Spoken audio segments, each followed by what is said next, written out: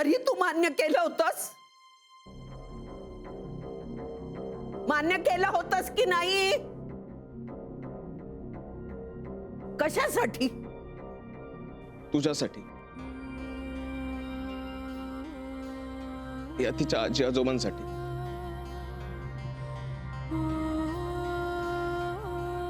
आणि या ईशासाठी सुद्धा. अरे आज हे ऐकण्याआधी आम्ही मेलो असतो ना तरी चाललं असतं. आता खरं खरं बोल, खरं खरं बोल, हे तुला केव्हा कळलं? लग्नाच्या दिवशी होमाला फेरे घालत असताना चुकून मी हिचा हात पकडण्याऐवजी मनगट पकडला. आजोबांनी शिकवलेल्या नाडी परीक्षेमुळे चौथा फेरा सुरू असतानाच मला निश्चित कळलं होतं की मोनिका प्रेग्नंट होती.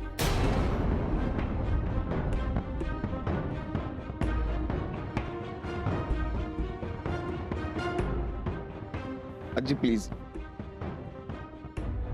आता मला सगळं सांगू दे. आपल्या घरात खोटं बोलणं हे महापाप समजलं जातं. असं असूनही मी गप्प राहिलो. मी खोटं बोललो, खोटं वागलो. त्यासाठी तुला हवी ती शिक्षा मला कर. पण मी असं का वागलोय हे एकदा ऐकून घे. कशा करता? कारण आता तरी हे सगळं तुला आणि सगळ्यांना कळायलाच हवं म्हणून.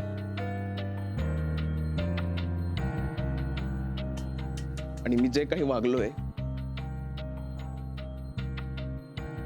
हा तुम्हा सगळ्यांच्या संस्काराचाच एक भाग आहे म्हणून.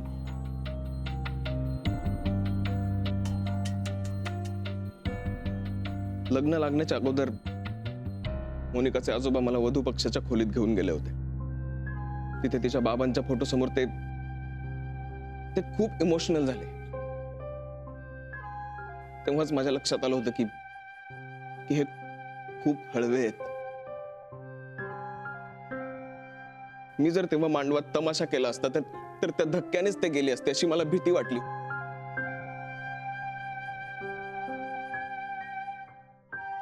आणि बदनामी त्यांच्याच नाही आपल्याही कुटुंबाची झाली असती. म्हणून मी गप्प बसलो. मला जर हे तेव्हा कळलंच नसतं आणि आम्ही हनीमूनला गेलो असतो तर मोनिकाचं हे पाप पचलं असतं. पण मला ज्या क्षणी कळलं की मोनिका प्रेग्नंट आहे त्या क्षणापासून आजपर्यंत मी तिला तसा स्पर्श कधीच केलेला नाही.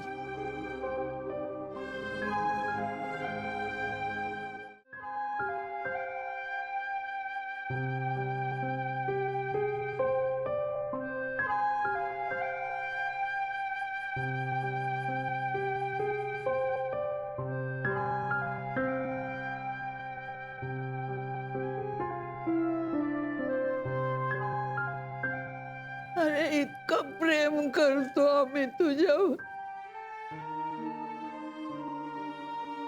आणि तू इतकं मोठं दडपण आपल्यावर घेऊन का रे राजा गप्प बसला? तुला आम्हाला तोंड उघडून सांगावंसं नाही का रे वाटलं?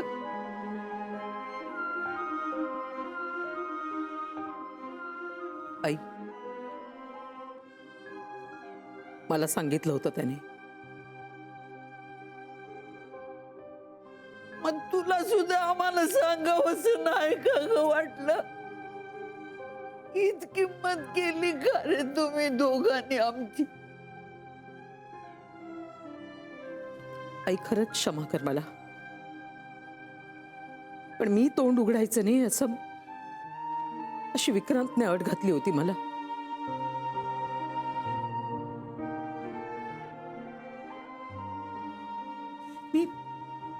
मी काय करू? आपल्याच कुटुंबातल्या लोकांनी माझ्याशी असं वागावं हेच माझं दुर्दैव आहे. हे बघायला मी इतकी वर्ष जगली का रे पोरानो? इतकी वर्ष जपलेला हा सन्मान, हा अधिकार, घराण्याची अब्रू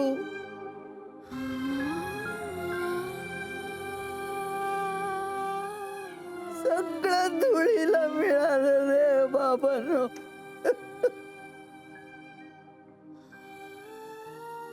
अरे काय झालंय विजय?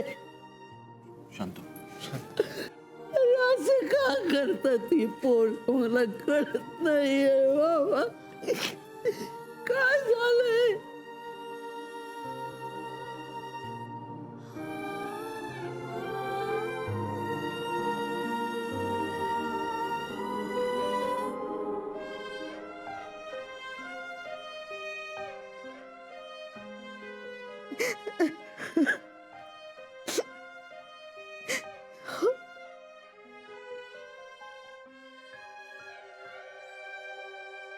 अलका अजून किती रडणार आहेस?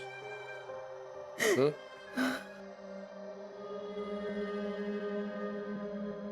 हे काय झालं हो आपल्या घरात?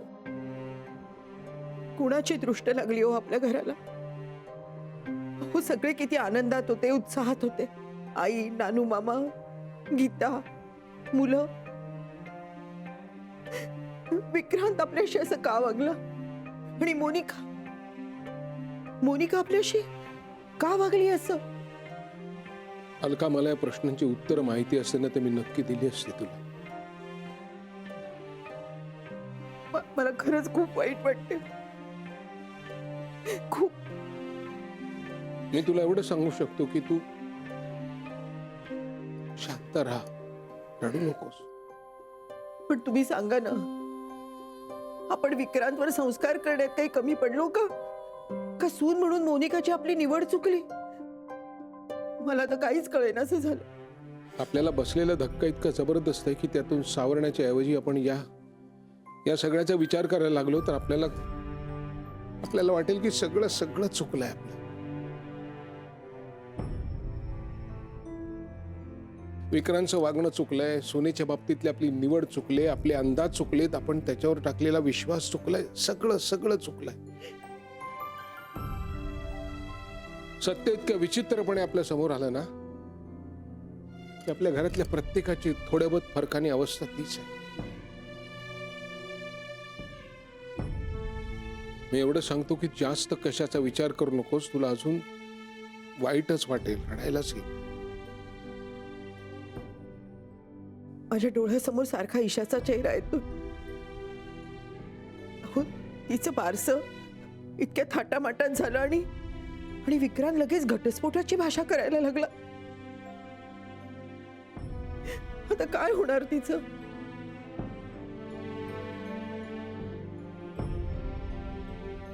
आणि विक्रांतचं हे रूप तर मी कधीच पाहिलं नव्हतं. अगं, तो तरी किती दिवस लपवून ठेवणार? किती दिवस त्याने आपल्यापासून हे सगळं लपवलं? हा त्याच्या मनाचा मोठेपणा सुद्धा आहे आणि त्याची चूक सुद्धा. कळत नाही की ही गोष्ट त्यांनी लपवली म्हणून त्याचं कौतुक करायचं का लपवून ठेवली ही चूक समजून त्याला शिक्षा करायची.